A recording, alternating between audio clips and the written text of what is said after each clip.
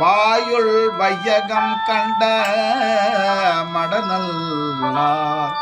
இந்த குழந்தையினுடைய வாயில 7 உலகங்களை பார்த்த எல்லாரும் சொல்றாங்க, ஆயர் புத்திரன் நல்லன். இவன் ஆயர் புத்திரன் நல்லன், அரும் தெய்வம் மாயன், அரும் தெய்வம் மாயன், ஆயர் புத்திரன் அல்லல் அருள் தெய்வம் மாயல் மாயல் என்று மகிழ்ந்தனர் மாதரே.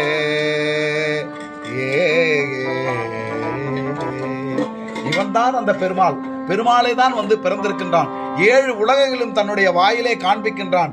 அதனால் இவன் ஆயபுத்திரன் அல்லன், சாதாரணமானவன் அல்லன். திருவோணத்தில் அவதரித்த அந்த பெருமாளே இவன் தான் என்று எல்லா ஆயர்களும் உகந்தனர் என்று சொல்லுகின்றார். 10 நாளும் கடந்த 2ஆம் நாள் பேர் வைக்கிறது. 10 நாளும் கடந்த 2ஆம் நாள் எத்திசையும் சயமரம் கோடித்து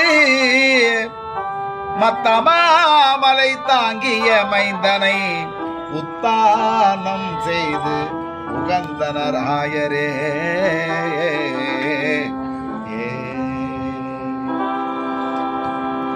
யசோதை சொல்றான், இந்த குழந்தை ரொம்ப அசந்து போகுதே, மார்பிளே அணைச்சிருக்குமே, அதனால இந்த தொட்டில கொண்டு போய் போடலாம் அப்படின்னு சொல்லிட்டு கொண்டு போய் போடுறான். ஆனா அந்த குழந்தை என்ன பண்ணுதுன்னா, அந்த தொட்டில கம்முன்னு இருக்க மாட்டேங்குது. அந்த தொட்டில என்னையா கீழே போட்டன்ற மாதிரி நம்ம தொட்டில கிழிக்கிற மாதிரி லப்பு லப்பு லப்புன்னு 2 காலாலையும் உதைக்குது.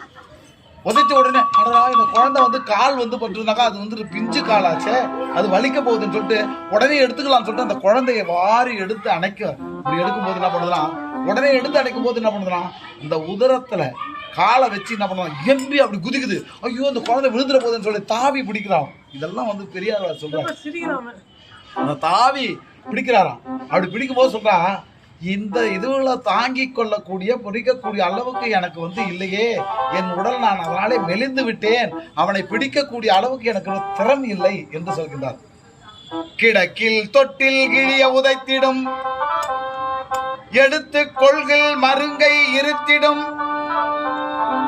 மிடுக்கில்லாமையால் நான் மெலிந்தேன் நங்காய், ஒடுக்கி புல்கில் உதிரத்தே பாய்ந்திடும், மிடுக்கு இல்லாமையால் நான் மெலிந்தேன் நங்காய்.